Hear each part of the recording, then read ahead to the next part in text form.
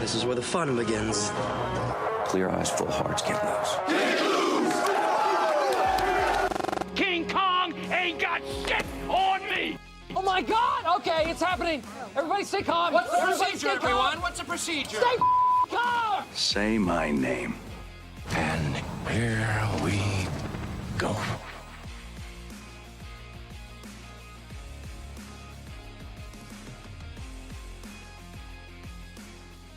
What is going on, everybody? Grab your snacks, ready up your popcorn. It's about to get realish. With your guy, Chris. I'm here joined with...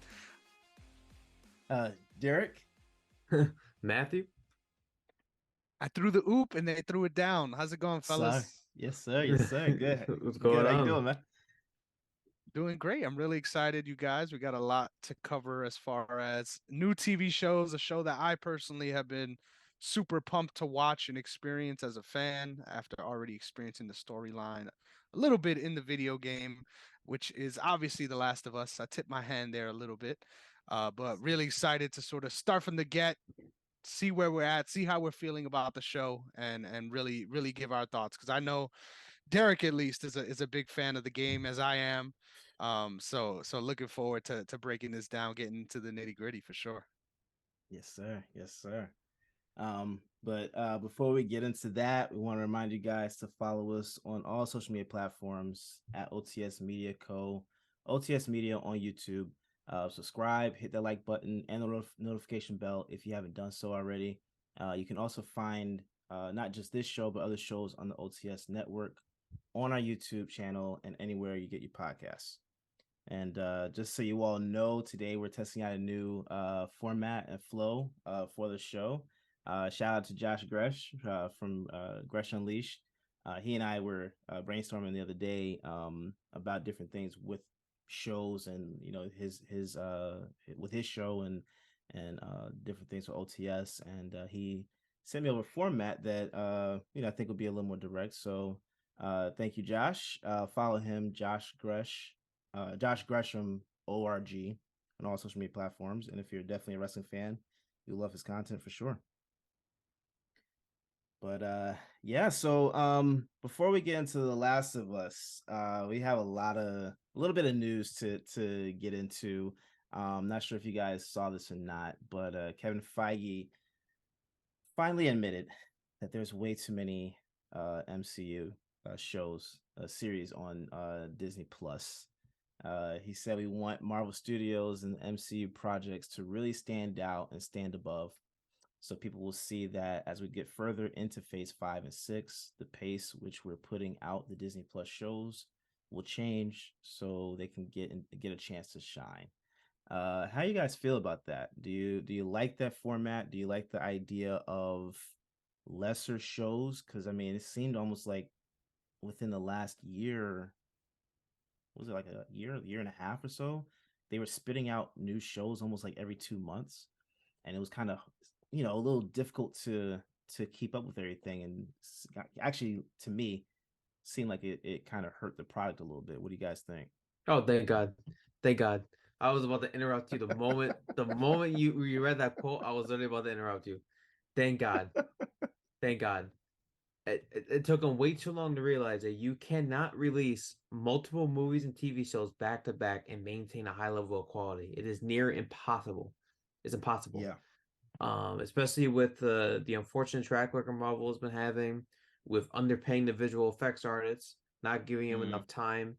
And I really think that now, moving forward, there's going to be a lot of emphasis in just focusing on post-production, making sure that these projects, if necessary, undergo reshoots, or if they are completed, so to speak, are able to have finalized shots, are able to just have to look appealing, or at the very least, just for them to take their time before actually, during the script writing process, before a movie or TV show is it's filming, right?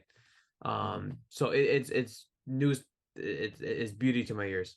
And best of all is that from the looks of it, a lot of Disney Plus shows that were planned on releasing this year, including Echo, Ironheart, What If possibly, those are looking to be pushed until 2024. And so as of now, the only planned 2023 projects would be the new X-Men animated series, Loki season 2, as well as, why am I blanking on the other Secret one? Invasion. Secret Invasion. That's right. Yeah. Um, Oh, so the X-Men animated is coming this year. yes. I mean, don't quote me on that. They plan on 2023, but it wouldn't surprise me if they pushed it back a little bit. But Yeah.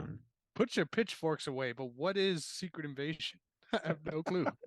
oh, it's You got some people mad yeah. just by asking that, I'm sure. No, you're all good, bro. It's basically it's a advanced simplification, but it's like with a bunch of defective scrolls. You know the scrolls from Captain Marvel. Mhm. So it's basically when a bunch of defective scrolls infiltrate Earth in the various Oh, like okay. parts of society. So you're talking about the government, you're talking about international organizations, and it's basically scrolls looking to literally destroy Earth from the inside. Interesting. That's pretty much like the gist of it. It's a really cool concept. It's the series itself is meant to be this like espionage thriller, in the same vein as Winter Soldier. So obviously for Winter Soldier fans, I'm sure that's exciting, especially for me, So yeah, it's pretty much Secret Invasion is. Don't worry, I'm not gonna go outside your house and bring you I don't think fake or anything. I don't doubt you won't. I'm pretty sure a lot of the people watching are like, how does this amateur not know? Funny enough, I share a lot of your sentiments about the way you feel about this, but I am reserving my excitement until I see that this is real. I think personally, um, I'm a big MMA fan, right? And this sort of reminds me of the trend the UFC is on, right? Where it's kind of crazy, right? I don't think there's any sports league that's around year round, right? And does like Mhm. 48 events a year. Like that Mhm. that's a lot of fucking events. Like it's rare you get a bye week. And when you're Mhm. running a schedule like that, and no, trust me, I'm gonna wrap it back together, I promise. But when you're running a schedule Okay. like that, not only is it hard to maintain quality, but it's almost like it gets to a point where quality isn't even the main focus. The main focus is sort of making sure the trains arrive to the station on time. Right. And I think that's the idea, right? To try to get away from that. But as long as there's money to be made, I feel like it's hard to force these organizations to make that change. So I'm interested. I'm glad that they're realizing that this is an issue, right? But at the Mhm. same time, you still name 3 projects that are all coming that are ready to be probably in various stages of post production, already pretty much done shooting, I would imagine. So I don't know. I'm interested to see in practice how this really ends up being, and whether or not we Mhm. feel the change and the quality control is there. But it should be promising, something to look forward to. But I'm not as optimistic just yet.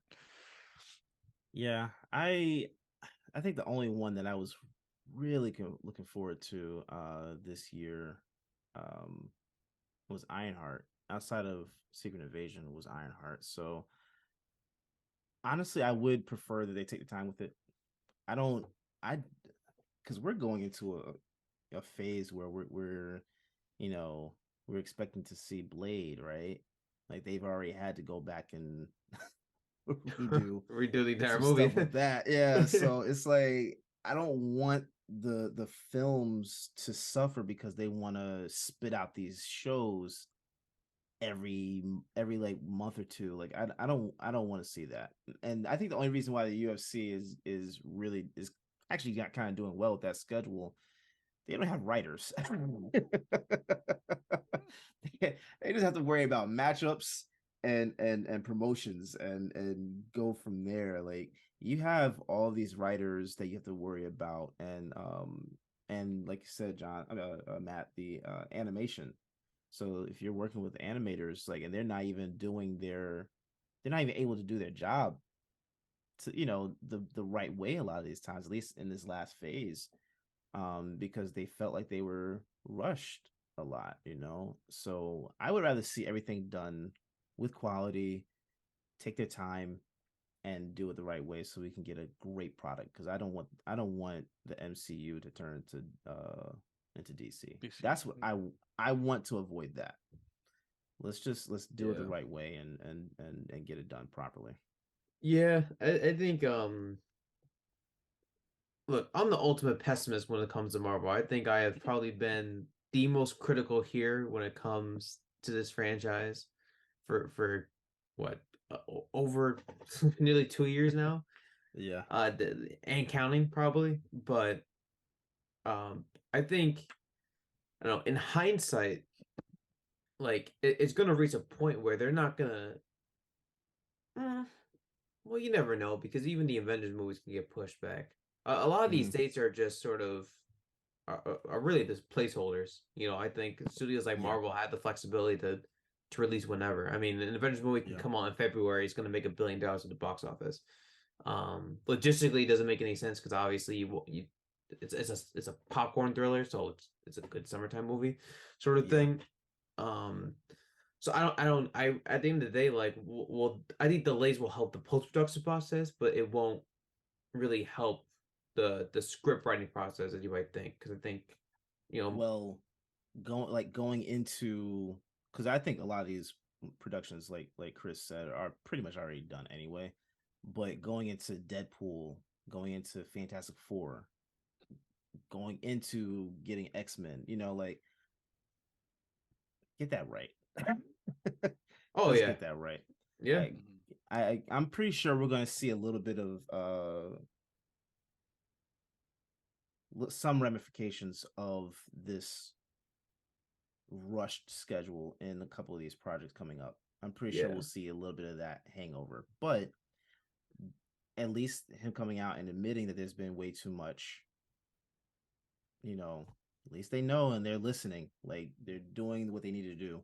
Because I'm telling you, like the introduction of Anthony Mackie as Captain America, it felt lackluster to me, man. Like that Falcon and the Winter Soldier series was horrible.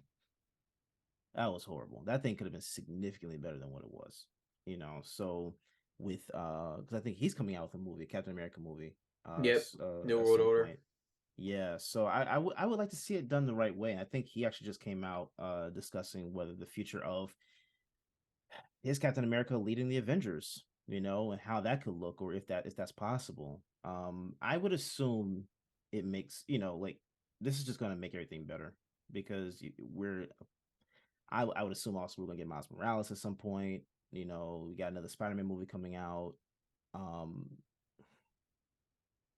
Nip it in the bud. Yeah. Well, I think you're sort of alluding to a bigger issue, right? Is at some point they're gonna have to revert back to their old ways again, because if they want to establish all these, they're gonna have to. I mean, so let's assume that there are only 2 series coming out this year, so being Loki and Secret Invasion, right? Notice how I said there were 3 projects alone that are getting pushed back until 2024. So let's assume Echo, What If, and Ironheart are all coming out in 2024. That doesn't even include Agatha, the new Agatha series. That doesn't include Spider-Man Freshman Year, which is up in the air right now because obviously it's the whole Sony and Disney partnership is kind of iffy at times. And I'm sure I'm blanking on, a few other rumored projects, right? That could be coming out now. Special presentations are now a thing, where it's just going to be a 45 to 50-minute long introductory to characters, which I think they're better off doing instead of a full-fledged series. One, it costs less money, and 2, you get all the stuff you need to. This is who the character is. This is how he connects to a future project, and there you go. So that'd be the direction I think they should take moving forward. So I don't know, but out of all the projects that are coming out outside of like Secret Invasion and things like that, are there any you're a bit skeptical about? Like any ones that you think is like, I don't know if it's gonna be good, or just sort of just wait until the moment comes and we react. Loki season 2. Only because, to be honest, the first season was Say it. It was mid. It was beyond mid, man. Like I didn't enjoy it until like the last 2 episodes, I think. And that's when we got to see the introduction of the Conqueror Kang. I like Loki falling in love with himself. It's just kind of like weird, bro. Like, I don't know. Like, I don't know. The show wasn't that great. So I have no expectations for season 2. I mean, it should be better than season 1, so I'm hoping, but I don't know, because they were still toying around with the idea of the multiverse at that point. Like, that was when we first started kind of like getting into that aspect of it. So maybe it gets better now. Who knows? What about you, Chris? It's a really good point. I feel like in general, and this is going to be my hot take, so you're probably going to be offended. Someone's going to be offended, not you guys, but somebody. I feel like since, and this is half on me, I will admit, but since the Avengers 2, I feel like I sort of took kind of a step back, and it wasn't because of anything that Avengers 2 did necessarily, but I just felt a lot of things were sort of rushed, so to speak, and I hope that doesn't cause too much of a stir. But I felt that way then, so I kind of took a step back, and I haven't really been sort of seeking this news out about knowing these things. So off rip, I already explained a little bit how I felt about Loki. I didn't enjoy it at all. I didn't finish it because I wasn't having a good time watching it. So I have a hard time with sort of keeping, because for a long time I felt like a big appeal of the series of movies, right, was like everything is sort of, you have a order of operations, right, and you're watching these things as they come out and you follow, et cetera, et cetera. I feel like it's hard, I've gotten that immersion taken away from me, so I feel like in general I'm kind of not down on any series in general, but I'm not looking forward to it in the way I used to. So I just think in general, a big part of what's lacking for me too, and maybe this has to do with the content machine, right, but I think a lot of the hype for these things, and maybe I'm just in the wrong circles once again, but a lot of the hype and sort of promotion of these things aren't where they need to be to sort of get them in front of fans, because there's so many things going on, right? So many other things you have to promote at the same time. So me personally, I've kind of been on this way for a while of not really being too excited about upcoming stuff. For example, you guys were talking about Ant-Man and covering it. I didn't even know it came out. So this is on me, right? I admit this is on me. But in general, I think we're past that point where like the content machine is far gone. So hopefully this can help ease this problem for me. But I've been on this side of the fence for a while. I don't really have much that I'm looking forward to. Yeah, I mean, I see the same way. I think like, I don't know. I haven't been like excited for a Marvel project since Endgame, to be honest with you. I mean, nothing really excites me. I mean, the last, obviously, I just watched Ant-Man this past weekend, but the last project I watched before that was She-Hulk, which I didn't finish. Because that show was fucking terrible. I'm sorry. Any opportunity for me to say it, like that show was literal fucking garbage. That like it was so bad.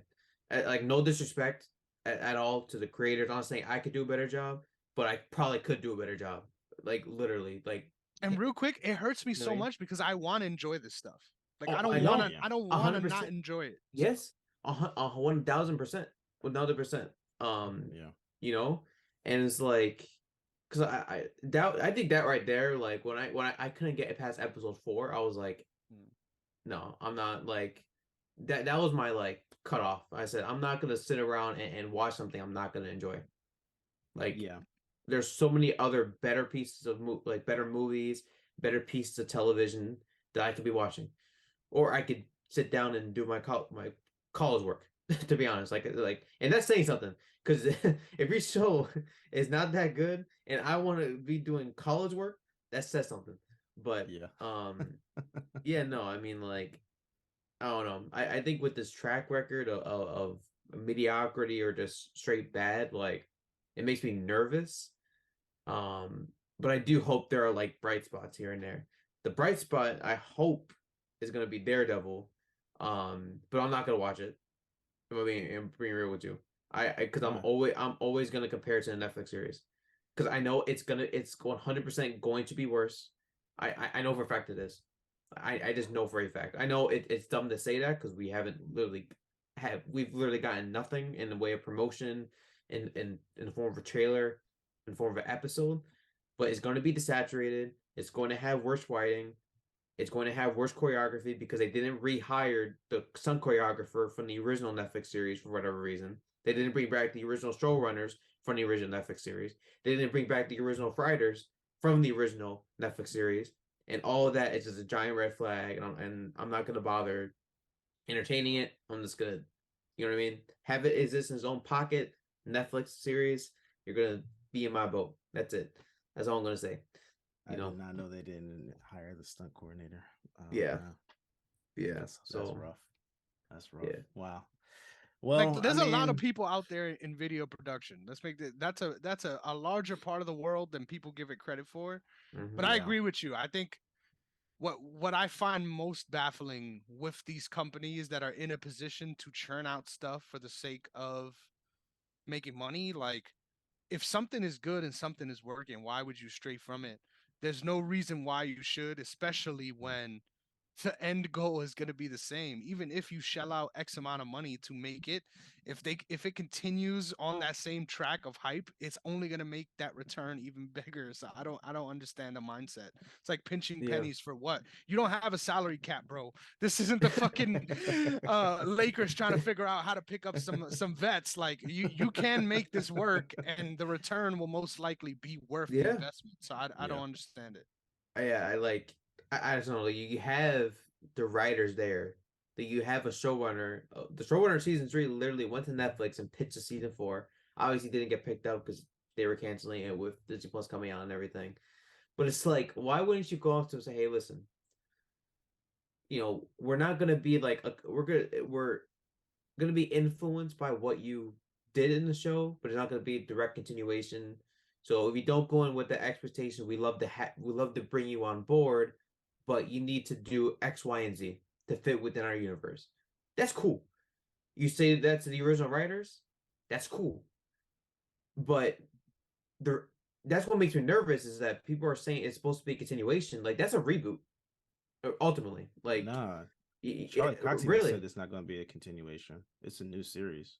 Yeah, you know what I mean. That's even, you know what I mean. Like, it's like, of course, it's going to be the same people character-wise, but he said it's a whole new series. This is not season 4. This is not part 2. And that makes no sense to me, respectfully. Yeah. I don't care if you have these faces of who these characters are. Yeah. Like, you're being inconsistent storytelling wise. You're telling us one story with the same people and then expecting us to follow another with the same people. Yeah, they're gonna. Like, this is the big issue of what I have. That's my issue with not casting John Krasinski as Mr. Fantastic, because it makes no sense. Why would he be? Why make the show? Film? Why get everyone hyped? Why? Yeah, why? literally. Why? Yeah, they're going to bring Charles Xavier back. Yeah, I mean, they're going to be having I don't know if this is true, but it is in the comics. Fisk is going to use magic. So, who?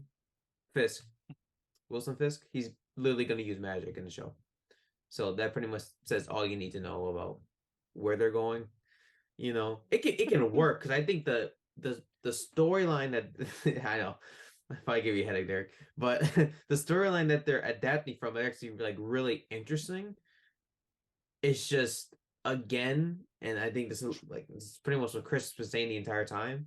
When you have low expectations going into something, when you don't really feel excited about the overall direction that Marvel has taken, and they're still continuing in that direction with every individual series, like, your hype isn't there. Like, you're like, you know what I mean? Like, you don't feel like, like motivated to commit to watching, whatever they produce, and it's like, I'm not saying it can't be good, but like, I mean, look at their track record thus far.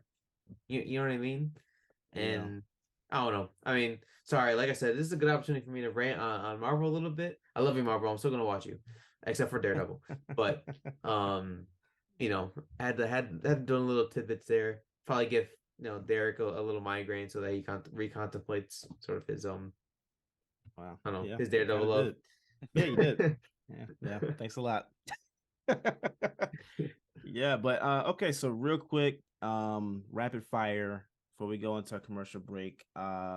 Avatar 2 has officially surpassed $2.2 billion, overtaking Titanic's spot. What are your thoughts real fast? Fucking incredible. I had no idea that it was even on track to do that. That's insane. Yeah. I personally didn't like it as much as the first one. I don't know if that's a hot take. I don't think it is. I think a lot of people felt that way. But money wise, it all makes sense once again. I I'm not a fan. Okay, I'll leave it at this because you said rapid fire. I'm not a fan of the idea if you're making a movie or a show, like I'm not a fan of rebooting the series for the sake of doing it if that wasn't the intention, and that definitely felt like this was the case. So commercial success I'm not surprised by. At the same time, I just hope that in another 8 or 9 years, if another one comes out, that we take a little time to figure out what the big story is, right? Like versus just sort of attacking on. But that's how I feel about that. Yeah. Matt? Yeah, it's astonishing.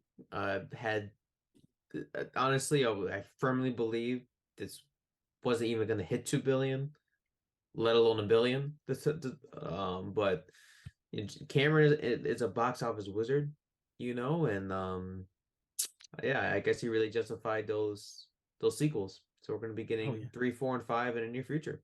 Yeah. I think 3 will come out within the next year or two. Yeah. Really? Wow.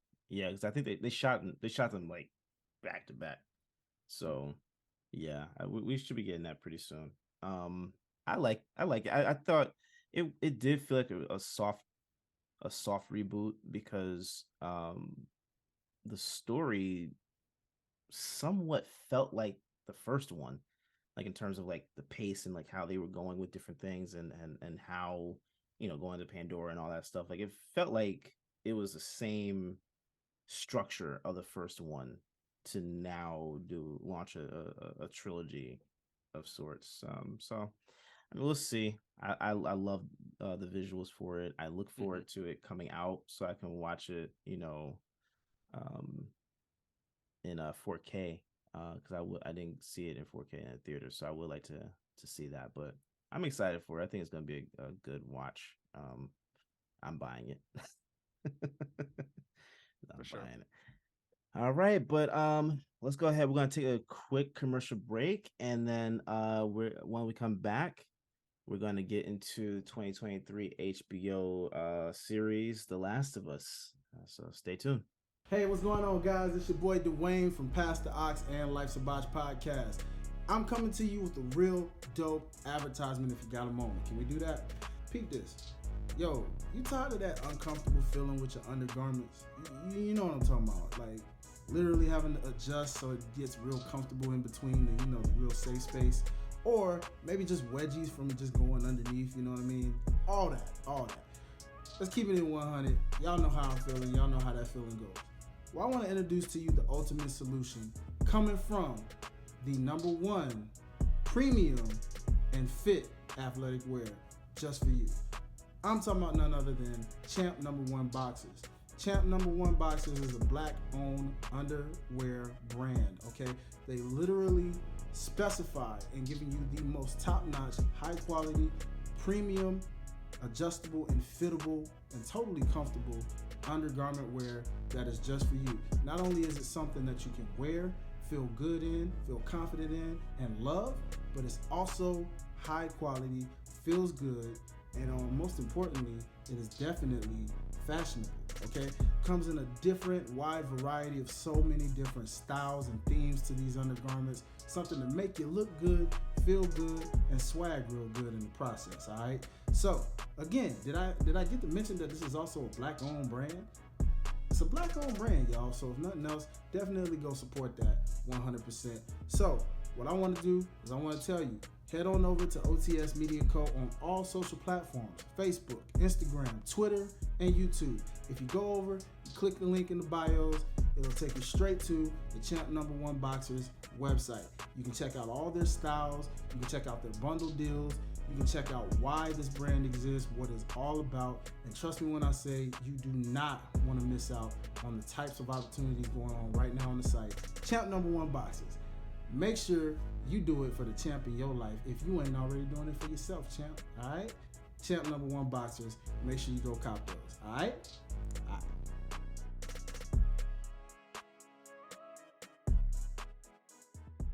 Hey, what's going on, guys? We are back to talk about the HBO original Last of Us, starring Bella Ramsey as Ellie and Pedro Pascal as Joel.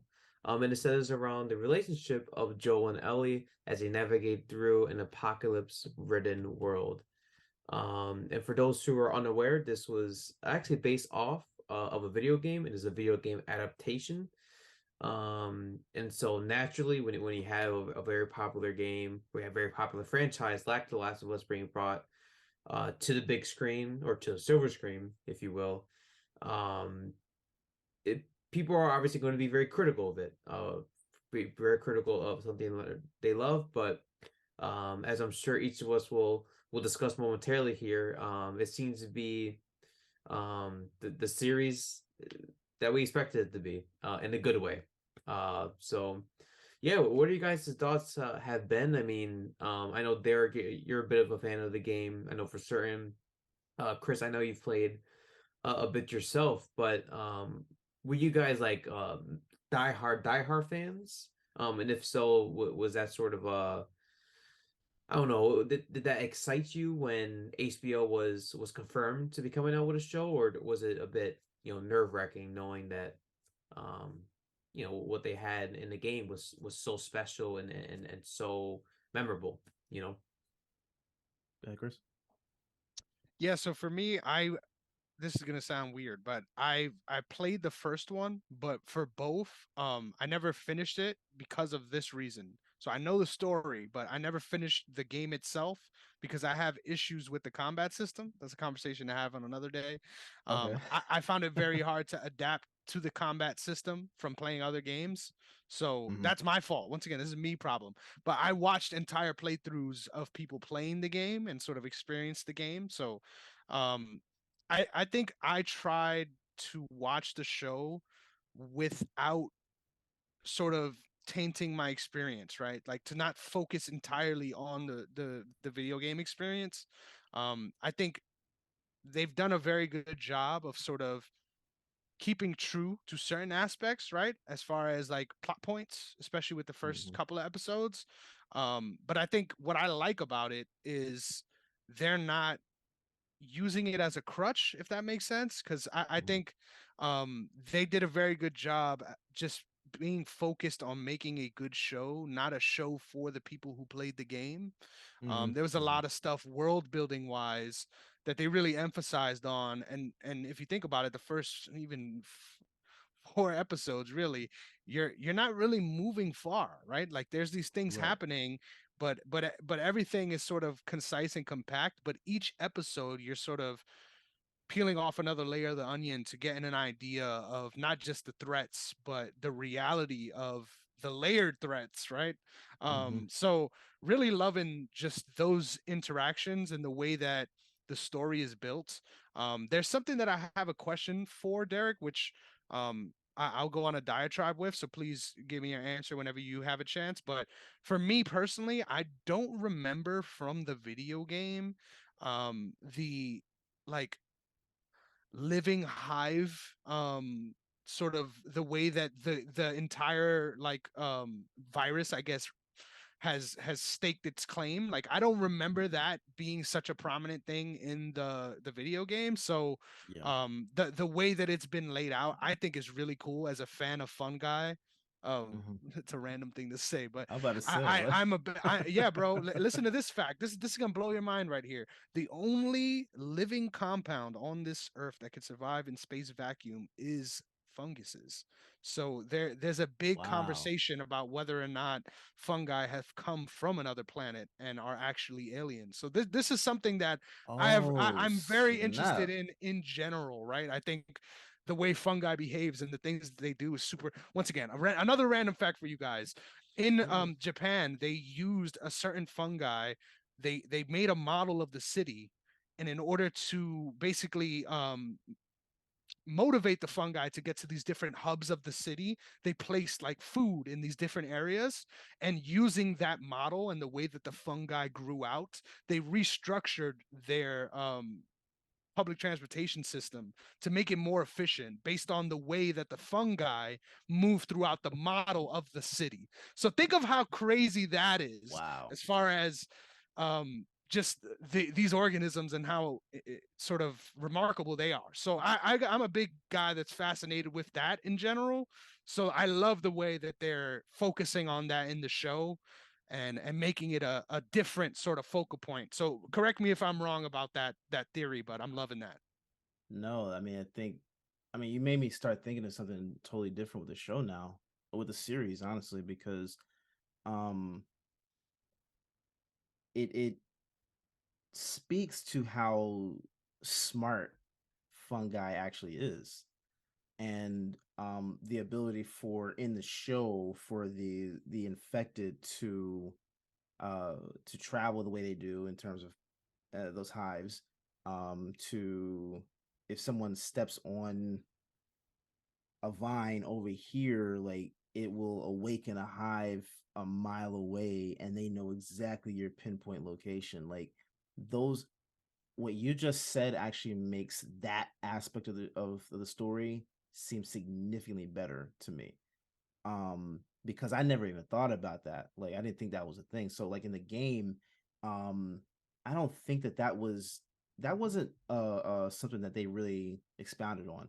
So like in the game you're walking on these vines and nothing's happening, right? Exactly. It's just you making noise can attract. So that actually makes the series that much bigger in my mind. So I appreciate you saying that. And real Um quick before you go into your answer, like yeah. that scene where they were above on the highway and they're Mhm. showing all the different like infected and they're like moving in unison and things like I don't Mhm. remember that being a part of the show, but I fucking love it. Like I really love the No. way they focused on that in the show and made it Yeah. more so about like a realistic way of this zombie story happening, right? Because as a fan Yeah. that you're not interested in the video games, you just want to watch the show. I feel like Yeah. people are tired of zombie shit, like in Oh, for general. sure. No, And for sure.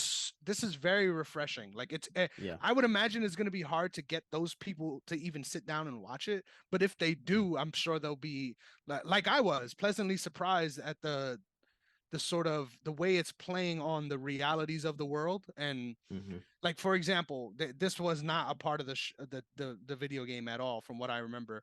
If you're here, I would assume you're ready for the spoilers, but the part where Tess was infected and then the hive ended up coming because that guy started getting absorbed into the Mhm. ground, Mhm. and that one individual zombie or whatever you want to call it goes straight up to her and like Mhm. is trying to connect her versus trying to attack her. That is not anything I was familiar with from the show. I mean, from the No. video game. So No, in the game uh she did die, but it was wasn't like that, yeah. she gave herself up to fight off I think Fedra agents that were coming into the building.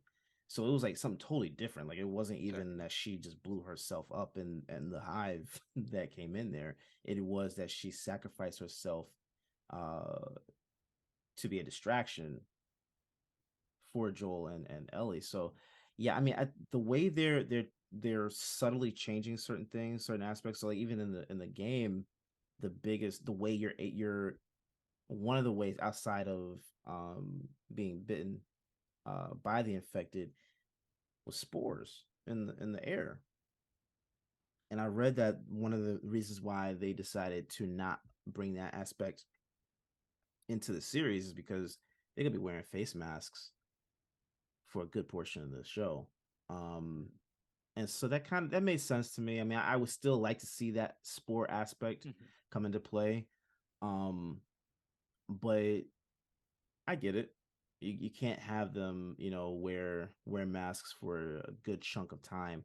But outside of that, I don't mind the changes, to be honest. I think, and to your point, like the whole idea of um zombie shows, and the whole genre of that aspect of storytelling. The 2 episodes in, actually, I think the first episode, after I watched the first episode, I said that this is significantly better than The Walking Dead. And reason being is storytelling. So like The Walking Dead doesn't, like, it had storytelling to it in the first few seasons, but then it tapered off dramatically. And I don't know what happened, but there was no real connection to characters anymore. And for us playing the game, we know the type of connection that you have with these characters. And that is the biggest aspect of this story, is being connected to these characters for however little time you have with them. So like Bill and Frank, for example, I know that episode. Did you say you saw 4 episodes, right? Yeah. I think Yep. that was episode 3. Yep. I saw that one. I know a lot of people had issues with that because in the game, Bill and Because they're Frank homophobes. We could admit that. yeah, no, yeah, it's definitely a homophobic thing. Yeah. But like in the game, Bill and Frank couldn't even stand each other. Like Frank got away from Bill and died in the process of trying to run away from the city that they had there. So Frank wasn't even like a big character in the game, right? So it was just Bill by himself. So I actually love the idea of changing it to where uh uh they're a couple and you see them surviving together in this town where it's just them. It's just them. They have this town to themselves, and they're secluded, and how they age, and you know um how you survive in something like that, being able to um create some sense of normalcy for yourself in that chaos. I loved it. I love the story. I've seen every episode except this last episode. I've seen every episode twice already. All right, so like that episode was phenomenal. I mean, I love what they did with that. I love the fact that Pedro Pascal is like, he sounds like Joel to me. It's crazy. Yeah, I He agree. sounds just like him. And Bella Ramsey, she embodies the spirit of Ellie to the point where it's like, I want to play the first game again, man. Like I played the second one twice already in the last year, and I want to play the first one again because like this story is just phenomenal.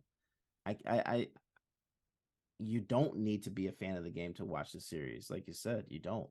Mariah's watching it with me. She doesn't play video games, but she's enjoying the series. So it's about storytelling, and I think that's the biggest aspect again with this genre, that everyone like just likes to get to the gore aspect of it, or um you know running away from the zombies or whatever. Like, you weren't even on this set, they weren't even allowed to say the word zombie. Actually, they had to call them the infected. Like, that was it. It's like it's very interesting. I like it. I like it. I love the ability of, because I'm not sure. I believe that they hinted at this developing out of a flower, fungi developing in flower or something like that. Out of cordyceps, they said, yeah, which is a Yeah, different kind of mushroom. Yeah. yeah. I think that's what they said in or hinted at in the video game, but they really uh leaned into it with the series. You can see even from the first episode of how like different people that were infected, ingested some flour. So the old lady, she's being fed biscuits, like Sarah, like, she could have gotten infected. Joel could have gotten infected by the pancakes in the beginning of the episode, and avoiding from taking those cookies from that neighbor before going home, to her dad. Like there's different ways they kind of show that this is what took place, and then they confirmed it in, I think, episode 2 or 3. I love it. I love it. I don't think that I don't think there's one episode that I've actually been critical of, and to be honest. It's a perfect pace, perfect storytelling. And again, like we discussed this before, but it's that ability to that model of weekly releases instead of binge watching. I think that plays a part into this too. Like this is it's successful. This is beautiful. They've already confirmed season 2, so let's get it. That was fire. That's gonna be fire. But I'm sorry, Matt. What were your thoughts, man? I'm kind of rambling on, but what were your thoughts? No, you're all good. You're all good. Yeah, I don't think the show's.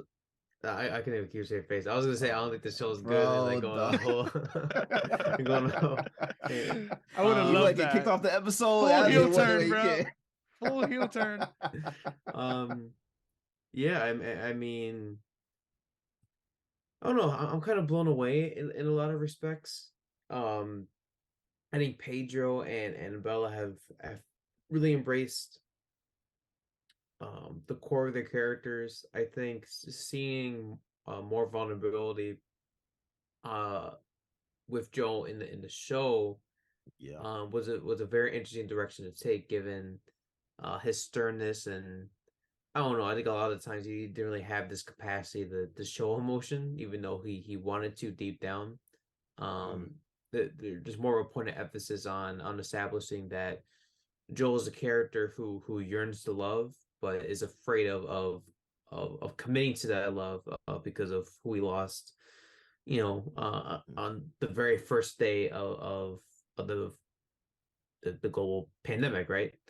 And it's sort of hard to put into words what the show has done so well, but I think all the changes, whether it be Bill and Frank's relationship, or even sort of rearranging sections of the game, whether it be the hotel appearing in the second episode as opposed to them waiting until the car. There are some changes I wish they wouldn't have made. I think they removed the line from the game where right before Joel's about to crash into the raider in the middle of the road, he says, "Okay, he ain't even hurt." And again, in the show, he doesn't say that. He just says, "No," drives. I can't even go past 4 because Chris hasn't watched that episode yet. There's a change in the recent episode they made where they removed a small part of an exchange between Joel and Ellie that could have really like honed in on that emotion. And I think at times like pacing is self-subjective in terms of what you think is obviously what you think is good or bad. I think watching the show unfold, there's a lot of times where I feel like they're going too quick, but I don't know if that's because the show is doing I don't think the show is doing a poor job of that. I think it's because when you're playing as a video game, like time goes by faster because you're controlling the main character outside of cutscenes. You're navigating the environment, you're collecting resources, you're using weapons, you're killing infected, killing raiders, things like that. And I think because you're always in control, time goes by much faster. When you're watching a TV show and everything is sort of happening from technically a third person perspective, obviously.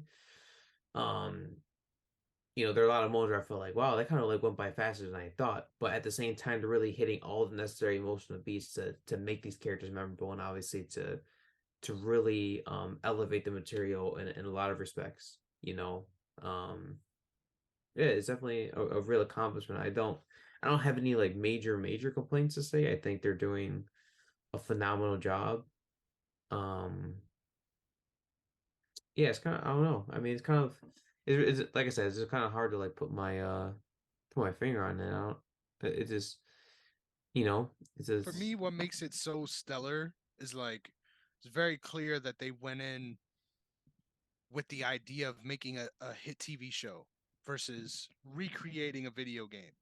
And they could yeah. have easily made a hit TV show by recreating the video game. Like the video game was a fucking hit. So um that choice and the way that they've sort of been liberal in making these other decisions storytelling wise, I love it. And I'm someone that generally hates sort of time jumps. Like I find it does break my immersion when I'm watching a lot of shows, as far as like I was so interested in this moment in time and now this is insignificant. Like the stakes of all of that is gone now because now we're in the future and it doesn't matter, right? Because we know that they survived because they're Yeah.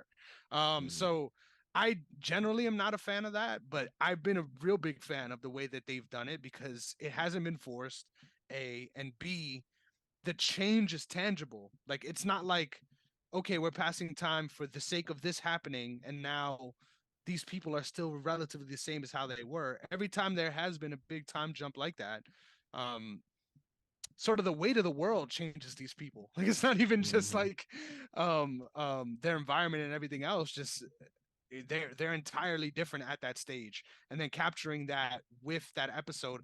I personally, and I once again I'm 4 episodes in, so looking forward to watching 5 and 6, but I enjoyed episode 3 probably the most, and that was the one that was focused on Bill and Frank because let's think about the reality of what that story is, right? Like the reality of the story device, as far as showing who they were, was to get to Joe going there. That's why they did it. But Right. what that episode served as was so much greater than that. You got to see sort of the mentality of people in this situation with the Right. beginning where he's just kicking ass and taking names, right? And then he finds this guy in the ditch. They fall in love in this slow creep. That even that initial 10-year time jump, I was like, that kind of sucks because now like there's no investment in them sort of living through that time, right? But it wasn't even about them living through the time necessarily. It was more so to show like their specific situation in this apocalypse and the way that they have sort of changed because of it. And that's only a peek into their reality, right? Their reality as far as the rest of the series is insignificant. They're not going to probably be mentioned again. But having that peek into the lifestyle, right? And the progression of this disease, right? So dope. And just seeing, like, obviously it doesn't give you an idea of what every person is going through, but seeing this window into that gave such a unique perspective that I think many other shows, apocalyptic shows, can't sneeze on. So honestly, I feel like if you're hating on this episode, once again, I mentioned it earlier, but there's no other reason besides you being homophobic. Because if this was a hetero couple and the exact same thing happened, I would think it has the same impact. It doesn't change at all. Like it shouldn't change anything at all. The story was really about their situation, how rare of a situation it is. I'm sure everyone's begging to have their situation, and how it affected them. Like that is so cool to me. So no hate for that. I love it. I love the attention to detail they're making in building their own world. This isn't about making the video game. This is about getting people invested that haven't even heard of it. And I think the decisions that they've made really highlighted that. So I'm really looking forward to checking out the newer episodes and continuing on watching it. Yeah, and I think I was definitely excited to see them explore Bill and Frank's relationship more in depth. Especially since, I mean, the only suggestion of them being romantically involved was Bill making a remark saying he was my partner after coming across Frank's corpse in the game. Outside of that, we knew really nothing. The No Frank Left Behind was, as Derrick said before, was filled with hatred and bitterness. I mean, for context, like Frank literally stole a battery Bill was originally looking to get for himself in the event he needed to leave town, you know? And so I think for them to sort of change that direction and really just focus on a couple, or really just focus on how this whole situation is affecting people differently. I think it's great. Even the opening scene of the series was phenomenal, very eerie, and obviously alluded to something that a scientist in the 60s predicted, right? In the following episode, we transitioned to I believe Indonesia, where we obviously saw a scientist who was picked up by government officials, and she, one of the officers asked her, "What would you recommend we do?" And she said, "Bomb the city." Because even she realized that the situation is so beyond our control. The cordyceps are evolving, and we are better off just eliminating every facet of life, if it means to preserve some form of civilization. You know, and obviously for Bill and Frank, I obviously was emotionally devastating. But quite honestly, I was like, yeah, but I can definitely see this being a tearjerker episode. Thank you, Neil Druckmann and Craig Mason, for deciding to, kill off these two characters. But they at least, went out in their own way, as opposed to, you know, they died having love for each other, and obviously episode 4 was more of just a way of progressing the plot along, really like developing Ellie and Joel's relationship a bit more. And obviously at the end of the episode, you do see two characters who, you'll learn more about Chris in the preceding ones. Will be in episode 5. There was something I was going to mention, though. I'm trying to remember what I was going to ask. But honestly, I can't remember. Maybe it'll come back I to got me. one for But you guys while you yeah. think about that. As far as the world building, right, and keeping it close to the actual game, but also taking their own liberties with it. How do you feel about it? Obviously, a lot of this is CGI, so I'll hold off on me giving my opinion, but curious on what you guys think of the world itself. It's phenomenal, honestly. I think uh every aspect of this looks like it was carefully thought out. From special effects to actual landscape or whatever. Like it seems like everything has been thought out. That was actually one of my concerns when they first announced the series, because I was like, how do you, first off, that was of course during the pandemic, right? Like how do you create this big world um with all these limitations? But they didn't have any issues.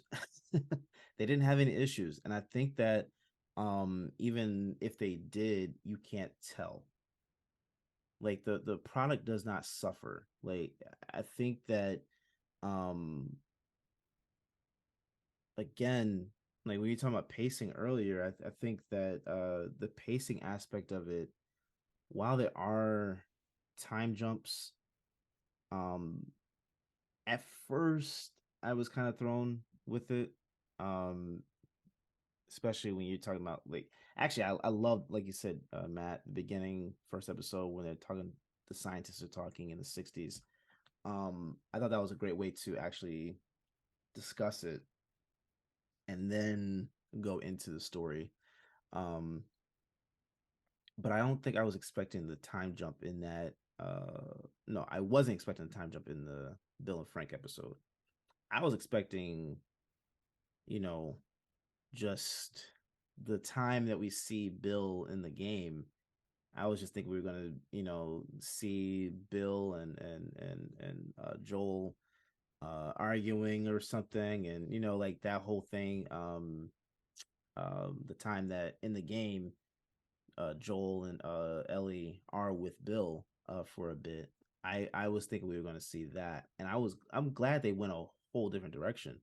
My one of my favorite parts of that episode was actually the strawberry patch, because you're able to see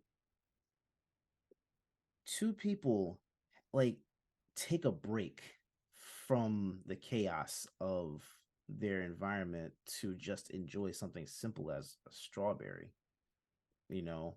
And you think about how people are able to trade and um you know, get different things, and the way, honestly, the way that Bill had that whole town set up with the fence and the traps. The traps are uh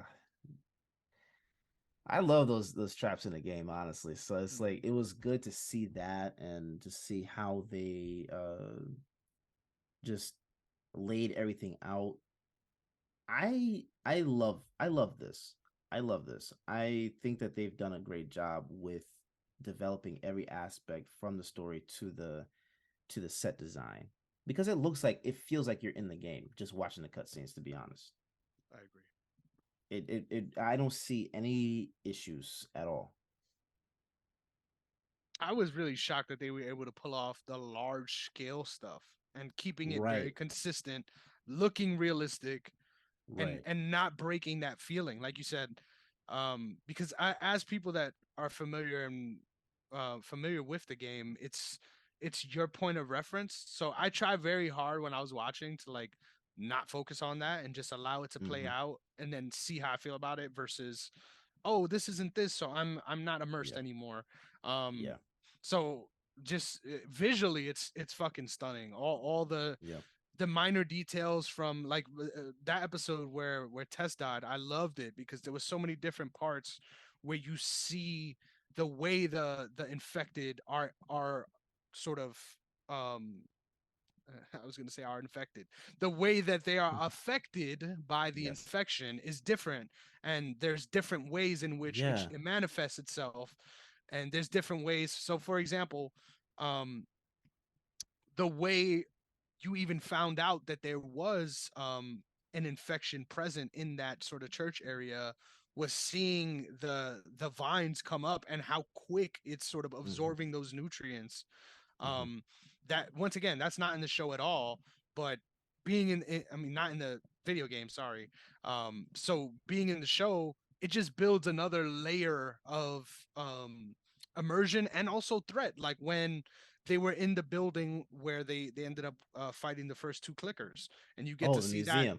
interaction. Yes, the museum. Yes. um Yes. Seeing, first of all, just stunning the way the entire thing is overtaken, right? This is what you would expect from no matter what the shrubbery is, right? But Mm-hmm. when you know how the mushrooms act, right, and you know what's at stake, especially with him explaining like, oh, these are dry, like we should be fine, but there could be stuff in here, right? Like that was always alluded to, but that idea of sort of creating the parameters, the boundaries for the show to exist, I'm excited to see if that remains consistent. I personally thought, for example, the fight with the clicker, the two clickers were so like drawn out and dramatic that in a way that it kind of made me feel like you can't fight clickers often, because if it gets remarkably easier than that, um and obviously in the TV, the video game, you get the feeling of this, but if it gets easier than that, then that scene, which took up so much time and had you with bated breath, that Mm-hmm. scene loses its power. So there's a little bit of moments like that where I'm waiting to Well, see if they change things, because once again, I'm yeah. still on episode 4, so I haven't seen another interaction with the clicker. But Yeah. as they change things and as the show evolves, I just want to make sure that what they're doing remains consistent, as far Mm-hmm. as like the different branches. If you end up touching this, then obviously the infection wants to spread, so everything gets flooded to that area. Like Mm-hmm. that theme, that idea, that threat, right? Because that's a whole nother threat than the infected themselves, right? That's Mm-hmm. it, being in the presence of the infection in general. Mm-hmm. Um, Mm-hmm. so I'm looking forward to make sure, because I'm pretty sure it will remain consistent, but to make sure that they're, because they take so much time building these threats that they need to stay real. So, for example, Mm-hmm. with the Raiders, very real tangible threat. We're in the middle of this where I'm at. We're in the middle of this city that literally, it felt like it could have been all over right here in episode 4. Mm-hmm. So obviously these are interactions that happen in the game too, but I'm just really excited to continue to watch and see whether or not those things remain consistent. But what were you going to say, Derek? Oh, I was gonna say that the dramatic aspect of the fight with the clickers, um, to me felt it felt like my first interaction with the clickers, right? Like Definitely. I didn't know what to do. So it's like, when you're first playing the game, you feel like Ellie in that scene, right? So you try to figure everything out. Of course you die, right? But um I the feeling I get with clickers, like when I play the game, it doesn't matter how experienced you are with like interacting with them. Those things are hard to fight. Like, For sure. and I thought they did a great job of showcasing that. Even though they're blind, they are fast as hell. And I actually love the because I believe that the same people that did the motion capture for the video game actually played in the show as the clickers. So you see the same movement, you see the same like twitches, and all those little minor details. You see that in the show. So I kind of felt like I felt it was actually like very realistic to how an interaction with a clicker would be, especially when you outnumber them, but they're fast as hell. Like it's still like a stressful moment, and you're in a old building that's literally falling apart as you walk through, right? So it's one of those things that I think that their environment was against them in that setting too. So I think the environment might play a very big part into how you interact with the clickers as well, because I actually found that uh fighting them in the light felt a little better than fighting them in the dark, 100%. because I could see where I was going, right? There were times where it's dark and it's just like, yo, like you get your bearings, but when you go from that light to dark, it's jarring a little bit, and especially if you play it in the dark. Like if you don't have any lights on and you're just playing the game, oh my god, phenomenal. I love that scene with the clickers. I thought they did a phenomenal job. I think the look, the presence was just everything. I Just agree. everything. I wasn't disappointed. I want to make sure Yeah, you yeah, yeah, guys yeah. get that No, too. no, I was no. I not get that. Yeah, disappointed at all. I was yeah. just like, just the stakes you're setting, even Mhm. with the world building decisions they made with those vines and things like that. Like you're Mhm. setting these stakes, so it has to be that important. It took a Yeah, long time to set the stakes. So yeah. I agree with you. I think the feel is there, and I'm looking forward to seeing those next interactions because right now I'm in the thick of the Raider story arc. But 100%, man. Like they you're walking a fine line when doing stuff like this because there's people that love it and there's people who have no idea. So just doing such a phenomenal job of staying true, but also taking a lot of risks for the sake of making a story that's accessible. And Right. right now everything's hitting on all cylinders for sure. Yeah, yeah. Matt. Yeah, for sure. I think this might be a hot take. I think, ironically enough, the world building is probably the weakest part of the show, and here's why. And here's why. In the game, with you controlling Joel, you have a chance to explore environments. You're collecting notes. You're seeing insights from children, from from parents, from federal officers who are overseeing these quarantine zones. And I think because this is a TV show, and unfortunately, they can't draw episodes to be an hour and 20 to 2 hours long. A lot of it has to be condensed down, and so we're not being able to get as many insights into how people overall have responded to this. I mean, obviously we're given suggestions of how Fedra operates, obviously.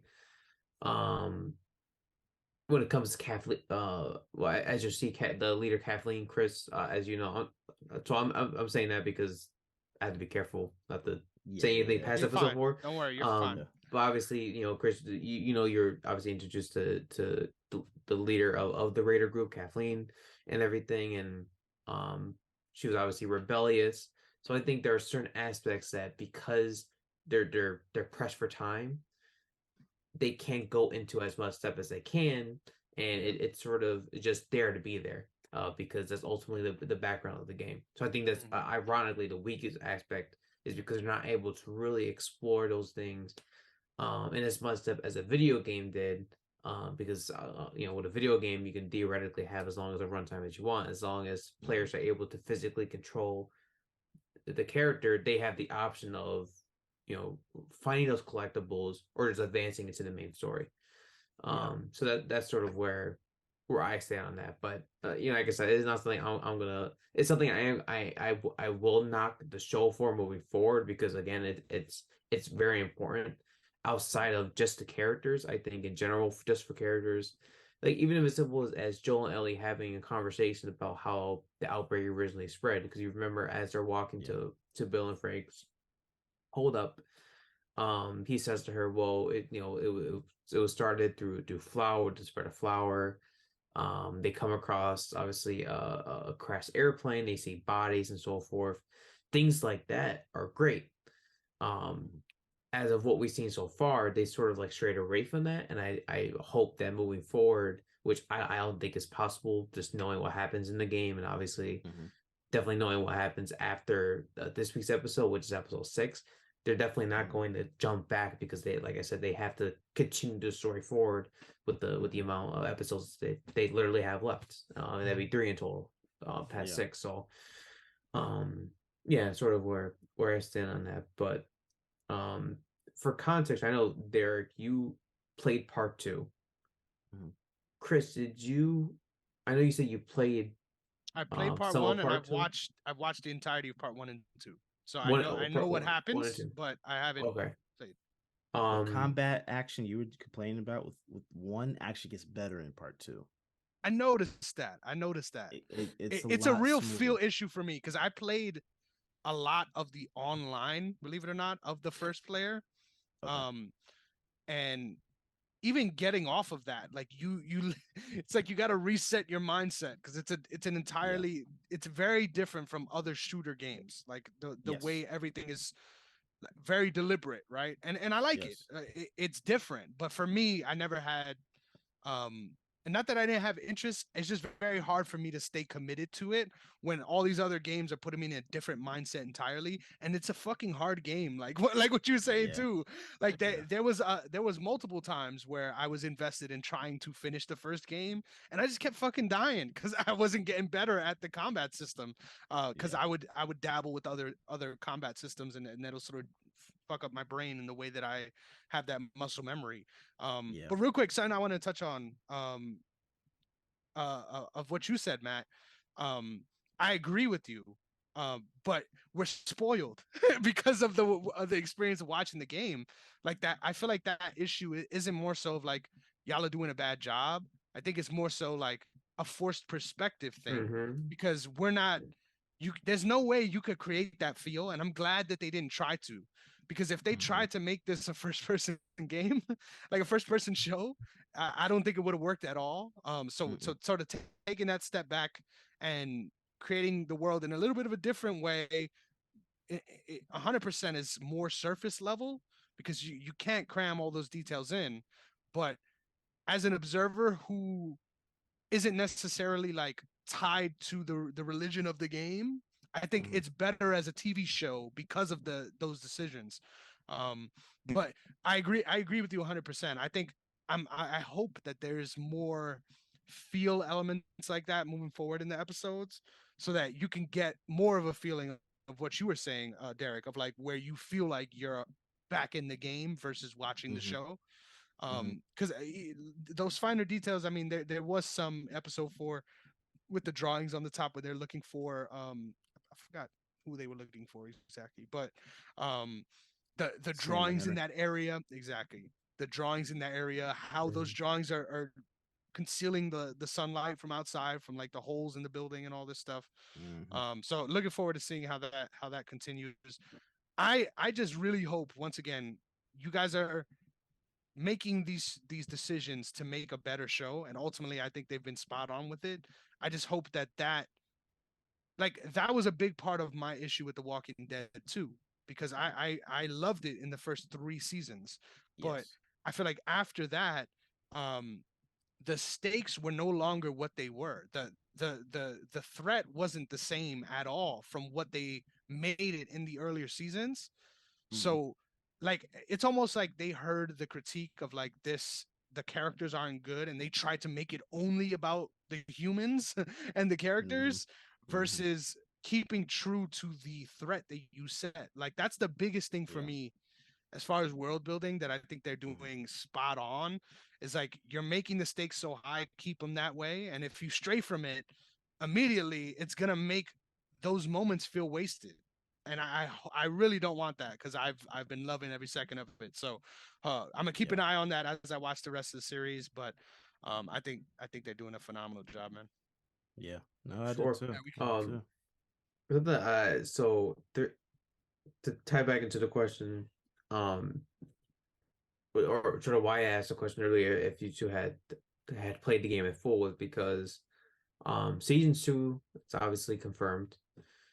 Um, I don't know if Chris knows my opinion of part 2.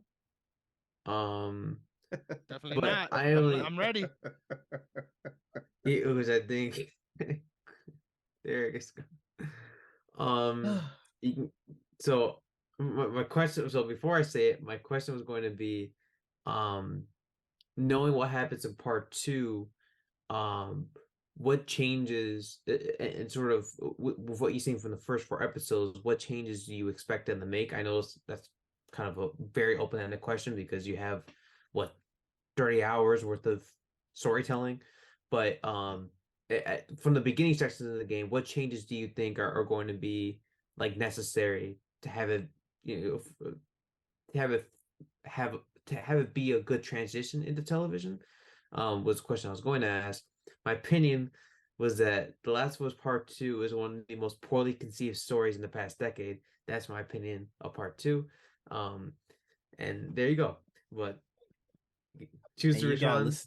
you have to listen to his whole rant on Boom Squad of the reason why The Last of Us Part 2 is a poorly conceived story. Yeah, I'm very interested. 'Cause I do not agree, At but I all. am a homer. I am a homer Yeah. as well. I will admit that. Mm-hmm. So, Mm-hmm. I love Matt's hot takes. He has forced me to not change my perspective, but alter the way I view the parameters of my Yeah, yeah, perspective. yeah, yeah, yeah. Yeah. So I'm loving that. But as far as answering the question, I hope that it isn't one for one because I think they can make 3 seasons on the first game. So I hope it isn't one I for agree. one. Yeah. I don't know if that is determined or not. Is it like have they said season 2 is gonna be part 2? They didn't say what, but they said that part two can conceivably be a more than one season. Yeah. The hundred story percent. is They that said, long. yeah. Yeah, part They 1 could be more than one season for sure. I'm I hoping. yeah. agree. They Because said too. Yeah. but Oh, I was gonna say they said what was it? Craig Mason said it would, I it'd probably be 2 and 3. So probably 2 would be Ellie's perspective, 3 would be Abby's perspective. The problem with that is how long are they gonna go with what Abby does? Because if you're someone who hasn't played the game before, and obviously the and let's not opening, spoil it. oh wait for anybody. Oh well, Yeah. sorry, but you'll know who Abby is moving forward. But Yeah. yeah, I think sort of you know what I was alluding to. It's gonna be tough, like how they arrange that story, and that a lot of it has to play into why I think of part Feel 2 that. as the way I do. But in any case, Personally, I think that you can actually make season 2 about Fedra and the Fireflies because we that's a story that we've like they've touched upon like in the game. They didn't do a deep dive on At all. Yeah. on either one of them. So I think honestly, season 2 could really just be about Fedra and the Fireflies, and then we can go into season 3 where you talk about part 2, and then season 4 where you talk about part 2. However you want to split it up. I think to be honest, season 3 could be the first half of part 2, and season 4 could be the second half of part 2, because the story is just that massive. Like, there's so much that we have not even gone into, but my hope is that they cap this off at like season 5, I agree. because I don't want it to be too big that we're like Making shit up for fun. yeah, and you're going into the realm of The Walking Dead. You're then going into the last 2 seasons of Game of Thrones. I don't want that. Keep it at 5 seasons or so, and maybe the third part 3 will be developed from what the series gives us. I mean, there's so much that they can actually really do with this, but I want to see more of Fedra and the Fireflies. I want to see more of like how not only they started, but how they were recruiting people to their side, and how they developed and why they remain loyal. Like, and all those things are key. Yeah, it's a lot that the story has yet to tell, but I'm looking forward to it. Season 1 has been phenomenal.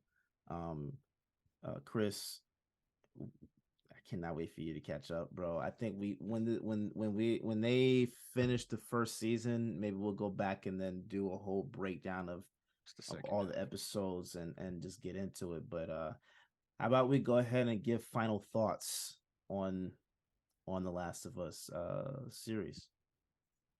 And we're gonna be here all day, bro. Yeah. I just want to say I'm sorry this became a suck in the teeth competition here. It's very clear we're all loving this. I would love to see if any of you guys completely disagree, especially people that never played or been a part of the video game at all. Just curious to see how it would be received, because I try so hard to put myself in that mindset that I enjoy the choices they make, but I don't know if other people who are unaware feel the same way. So would love to hear some feedback on that.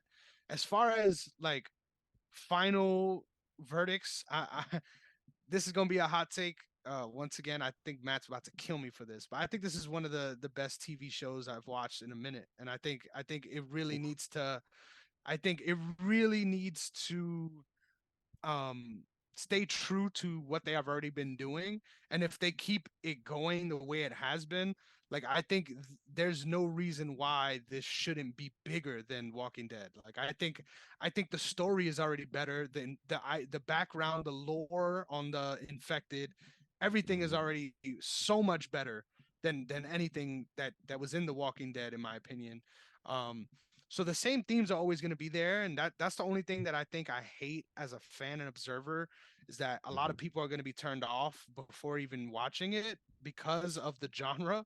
But I think even like irrespective of the genre, they're doing such a good job so far from what I'm seeing of world building and making the clear distinction between the threat of the humans and the threat of the infected, and like the human emotion of that, of why these people are the way they are. Obviously it's very obvious.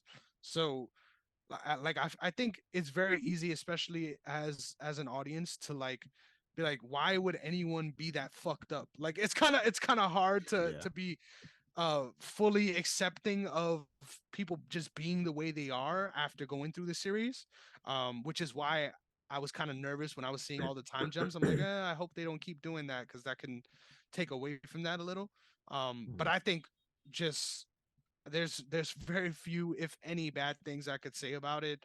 I'm so glad that they're not overdoing the like action side of it. Like, everything is very bare bones. We're not doing 50 jump cuts in these fight scenes. Like, this is not a action show at all. It's really story driven, and danger driven, which I love, because it's not just one danger. There's like 4 or 5, to be honest, different ways you experience danger in this world. So fucking phenomenal. I would say 10 out of 10, and honestly, it's very hard for me to feel that way about shows. So once again, we're sucking the teat, baby. But I'm all in. I'm all, and it takes a lot for me to be all in at this stage. Yes, sir. Yes, sir. Matt? Yeah, I think I can't give a rating only because I haven't fully assessed this as a TV show. there are a lot of moments where I go, "Oh, I remember this from the game, and I remember this from the game, and this from the game." I haven't really taken a step back and sort of looked at it as, let's assume I had never played the video game before, or let's assume this was never based off of a video game, or that I never knew, right? Would I still like this show the way it is without having that knowledge? The truth is, I don't know yet. So I think it might take probably until the show ends, and then I have an opportunity to rewatch in the full. But yeah, I mean, they're really following what Chris was saying. They're doing a fantastic job so far, and I don't know. I mean, I don't imagine they're gonna I don't know, like shit the bed, so to speak. So, I think they can only go up from here, and I'm looking forward to what's coming in what the next 3 or so weeks. Yeah. Yeah, no, I agree with that. Actually, I was thinking about that point too. Like, if I didn't know the story already, would I be as excited? I think, um, I probably would wait till the end of the season as well to be able to say yes. Like, the story is phenomenal. Like, I'm hooked, like that. But or at least to think about it on the level that I'm thinking about it on right now. I think I would personally only be able to give that outlook toward the end of the season because I had that same perspective with House of the Dragon. Um, like I thought the show was phenomenal starting off, but I didn't feel that level of excitement to say that I think this could actually be better than Game of Thrones until I think around the midway point of the series of the season. So maybe around episode 6 is when I was like, okay, I see where they're going with this. I'm like, I think I can feel this way. Um, so yeah, I'm looking forward to how this season wraps up. Um, I think they're doing a great job with it. I'm gonna go ahead and rate it and say, I mean, I know we do 1 out of 5, but like Chris said, I'm giving it a 10 out of 10. Like the show is just, it's amazing. The story is phenomenal. It's very well paced, and it draws you in from the very first scene. So I'm with it. I'm looking forward to what they do with this. Um, I did question how Bella Ramsey was gonna do in that Ellie role when they casted her. But my God, she has been phenomenal. I mean, she is Ellie. She is Ellie. So I'm like, there's no questions about it. There's no I think I felt it, like really felt it within the last 3 weeks of her development. So I'm happy, man. I'm really happy. I think the show is great. I think they're gonna do a phenomenal job with it, and I can't wait to see what happens. But I think that's about it for us. Let's go ahead and give social medias and get on up out of here. I'll hop in there. You can catch me at Instagram at Chris Negron _ as well as on Twitter at Negron MMA. I'm on the climb back up. Sitting at 463. Yes, sir. We're back up to that 75 range. Yes, Gotta sir. gotta keep pissing off the MAGA fans though. Who knows? I don't mind. I don't mind. We could get that number back down if it cleans the timeline a little bit. But Yeah. please follow me there. Definitely look forward to some stuff I have going on. Admittedly, I've been dealing with a lot of personal issues. So looking forward to being able to fully grab the ball and keep it running with the MMA archive. But keep in mind, I'm gonna be changing up some things and making some new and breaking news, Derrick. Listen up. Making a new separate segment because I know I did a lot of the MMA archive stuff with current betting stuff. I'm just gonna turn that into the Sideline Guys series where it's just the Sideline Guys MMA, and that's all I'm focusing on current day and sort of looking ahead. versus the MMA Archive being all about history. So Yeah, keep yeah. that in mind. Check that out. I got a really dope interview coming up with a MMA journalist named Christopher, funny enough, who just finished a documentary on the the PFL Championship event, which, to make a Yes. long story short, is an organization that is tournament based as their format versus matchmaking based. So the idea is, I really like what their concept of what they offer. It's basically the scoring system Mhm. revolves entirely on finishes. So you get 3 points for a decision, and then you get 6, 5, or 4 based on what round you finish them in. Mm. So it really emphasizes action in that way, and then it all culminates at the end of the series. There's a playoff format where it's just a bracket, and then the final championship fights all take place on the same night for each division. So you're getting all of Oh, the wow. top level competition from each division on the same night, and every fight is $1 million. So whoever wins gets $1 million. Um, so that night is just insane. Probably they call it the richest night in MMA, which 100% is the truth. Yeah. So really excited to cover his experience, all right, because he was there covering the event as media and made a documentary of his access. So really cool story, really Awesome. cool guy. Looking forward to dropping that interview for you guys. So keep your eyes peeled for that. Yes, sir. Yes, sir. Looking forward to that. Matt, what you got, bro? Yeah, so you can find me over on Instagram, Matt_T 29. And as always, thank you guys so much for your support. And I always look forward to getting a chance to do these episodes with you guys. It's always a great time, Yes, sir. and I don't know, I wouldn't want to be doing this with anybody else. So I appreciate y'all for always having me on, and I just can't wait for us to keep the grind up. Don't worry, we're Most gonna get him definitely. on Twitter soon, guys. I promise. No, Yeah, you won't. and Facebook. Yep, we're gonna keep it there. Just delete the Facebook actually. But I had a secret account this entire time, spying on you guys. Ooh. Oh, wow. Yeah, Wow. no, I wasn't doing that. I ain't a creep. Don't stalk. Don't No cyber stalking allowed. Yes, sir. Yes, sir. Yeah, maybe one day though. We'll see. Yes. Looking forward to it.